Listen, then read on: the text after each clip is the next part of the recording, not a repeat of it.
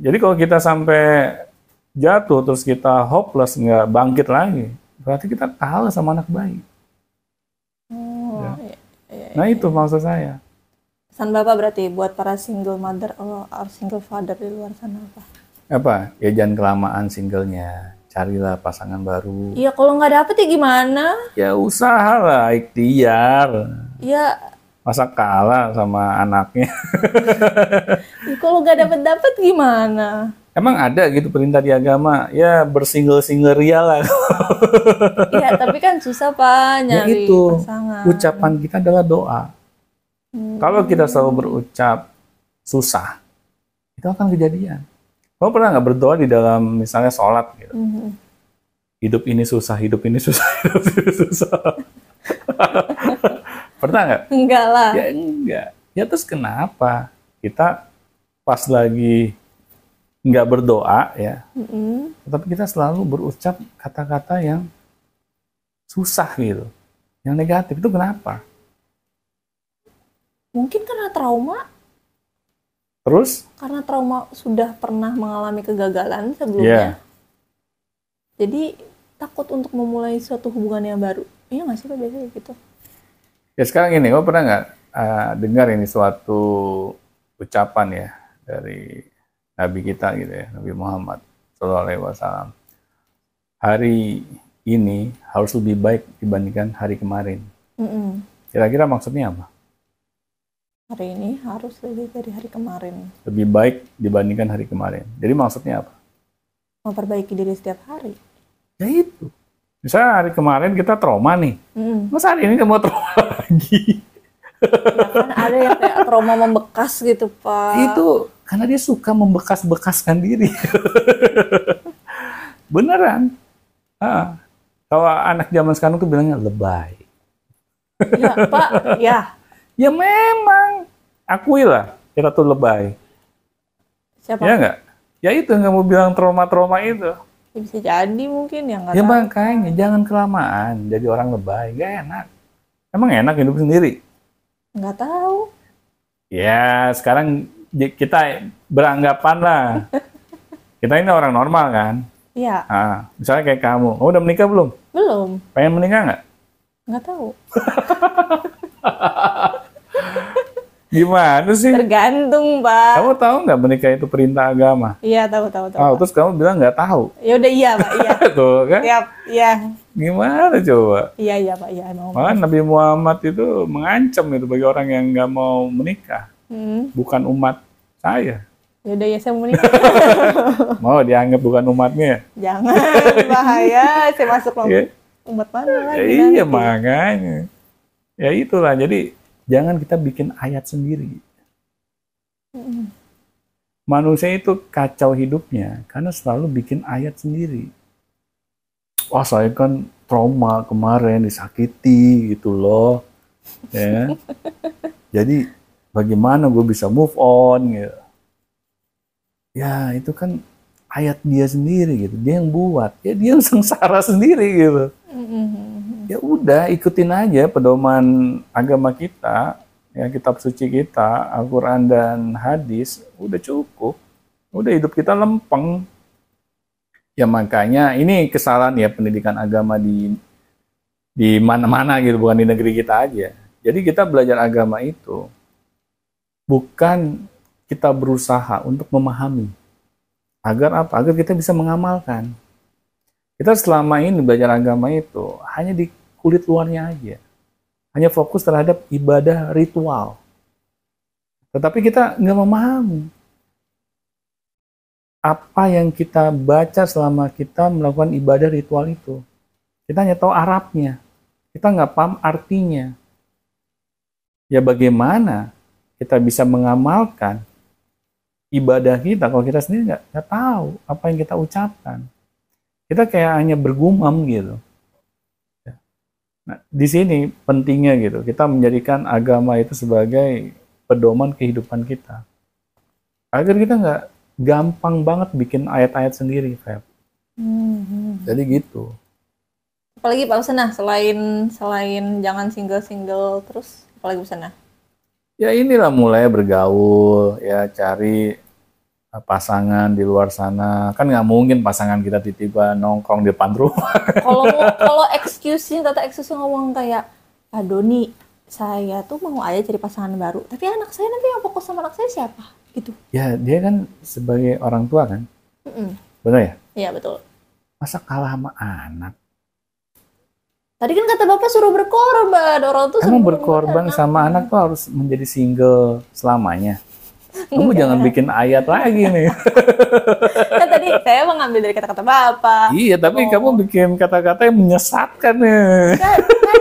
Kan ada orang yang ada eksekusi kayak nggak mau nikah lagi karena mau fokus sama anak nih. Ya, nah, terus gimana dong? Masa fokus sama anak dengan cara mengorbankan ini kebutuhan kita sendiri?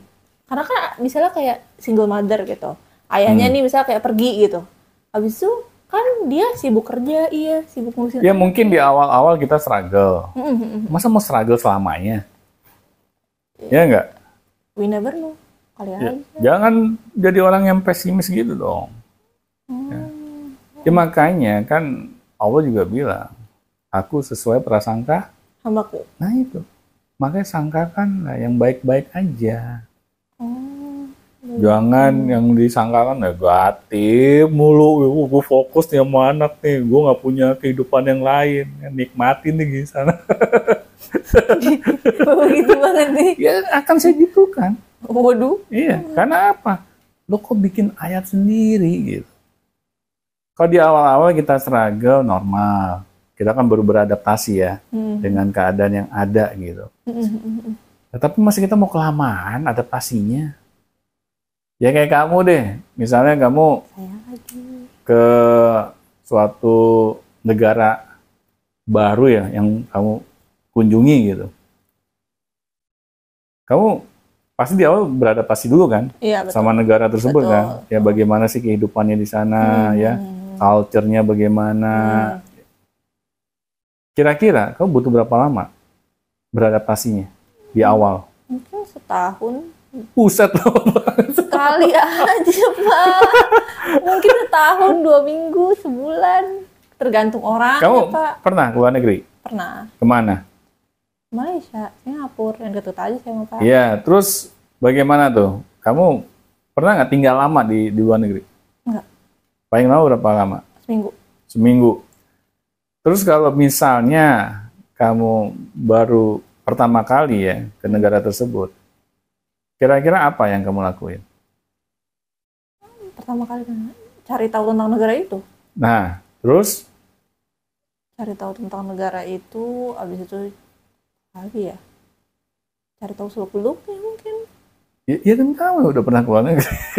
Emang Bapak nggak pernah? Bapak juga pernah. Ya, saya nanya, kamu jangan nanya balik lagi dong. Ya, saya nanya balik lagi. Ya kan, kalau saya paling cari tahu seluk-beluknya, cari makanan yang halal, tempatnya di mana, nyari tempat tinggal, gitu palingan. Nah, terus kira-kira butuh waktu setahun? Enggak sih, paling nggak nyampe setahun sih. Iya nggak mungkin lama banget setahun itu. Kan kali aja Pak. Kecuali kamu mau pindah jadi warga negara sana. Bisa, boleh, ide yang bagus. Iya, itu kalau kamu mau pindah warga negara, oke lah, butuh waktu lama. Tapi kalau kamu hanya ya berkunjung, sekedar berkunjung aja, misalnya harus studi atau ya menjenguk kerabat di sana, butuh waktu yang misalnya lama. Kan adaptasi itu juga nggak perlu lama-lama amat. Ya begitupun juga dengan ketika kita menghadapi suatu keadaan yang baru gitu di dalam kehidupan kita. Ya kita awal-awalnya beradaptasi dulu, ya kita mungkin struggle dulu. Tetapi ya lambat laun kita akan ketemu juga. Ya, istilahnya jalan keluarnya yang terbaik. Nah yang penting di mindset kita itu, kita nggak mau kelamaan gitu dengan keadaan yang seperti ini terus menerus, karena nggak sehat. Seorang single mother, single father gitu ya, apalagi kita sudah pernah merasakan dulu kita menikah, wajar gitu kalau kita butuh yang namanya pendamping, karena kita sudah pernah merasakan sebelumnya. Dan ketika kita berpisah dengan pasangan kita, pasti ada sesuatu yang kurang. Nah, masa kita mau kelamaan gitu, dengan perasaan-perasaan kurang seperti itu gitu. Nah, di sini jangan sampai kita sudah pernah gitu ya merasakan hal yang nggak enak akibat perpisahan kita, tetapi hanya demi anak gitu. Kita mengorbankan kepentingan pribadi kita, kayak betapa naifnya kita gitu. Bukan naif sih, bodoh maksud saya. Ya Allah. Tapi kan kadang tuh Pak ya, kayak gini Pak. Kayak misalnya ketemu nih sama, misalkan single mother, punya anak satu. Habis itu ketemu lagi sama misalnya calonnya nih, si cowoknya ini nih. Habis itu cowoknya tuh ngomong gini, kamu harus milih antara saya atau anak kamu. Pokoknya saya nggak mau kalau ada anak kamu. Menurut Bapak gimana? Ya cari yang lain. Susah amat. Hidup kok bikin repot. Emang cowok cuma dia doang? Iya juga sih. Ya iya. Ya juga. Emang dunia selebar daun kelor. Iya juga sih. Misalnya kita di Indonesia nggak dapet nih calon kita, pasangan kita yang baru. Cari negara lain. Waduh. Ya iyalah, kan buminya Allah luas. Insya Allah. Terus kita mempersempit kehidupan kita sendiri kan konyol. Nanti kita mau beralasan kayak gitu sama malaikat. Oh ditanya, kenapa lo nggak nikah lagi? Ya karena gue tinggal di Ciputat. Gue nyari orang Ciputat cuman nggak ketemu gitu. Ya masa kayak gitu sih? Iya nggak? Iya juga sih. Jadi cobalah kita jangan terlalu banyak alasan. Tapi kalau yang udah berkali-kali gagal gimana dong? Ya kan kita masih dikasih nafas, masih dikasih hidup. Berarti ujian kita masih terus ada. Kalau nggak mau dapat ujian ya mati aja. Pak, jangan dong Pak. Iya makanya. Kalau misalnya kita masih hidup, kita dapat ujian itu normal. Ya, yang nggak normal itu kalau kita nyerah sama ujian. Udah tahu hidup itu ujian di dunia, kita nyerah. Ya betapa ini kita gitu, naifnya kita. Ya, jadi itu di dalam suatu keluarga itu pasti kita akan menemukan dinamika ya, baik buruk, ya, baik hal-hal yang menyenangkan. Hal itu normal semua gitu. Yang saya tidak anjurkan kalau kita ini mudah mencari alasan. Apalagi alasannya kita cari-cari. Nah itu yang membuat kehidupan kita itu ya bisa dipastikan ke depannya. Kita nggak kemana-mana gitu. Padahal buminya Allah itu sangat luas. Jadi sangat disayangkan gitu. Kalau hidup yang hanya sekali ini untuk kita sia-siakan. Betul. Nah jadi itu Feb yang pembahasan kita di hari ini ya. Siap. Ya mudah-mudahan apa yang kita perbincangkan dari awal sampai akhir bisa bermanfaat nih buat teman-teman Beyond Education semuanya. Ya, jadi teman-teman Beyond Education, semoga apa yang kita tadi perbincangkan bisa diambil pembelajarannya ya. Dan membuat kehidupan kita itu menjadi lebih baik dan menjadi lebih baik lagi. Amin. Mungkin itu saja yang bisa kita perbincangkan. Kita tutup sampai di sini. Assalamualaikum warahmatullahi wabarakatuh.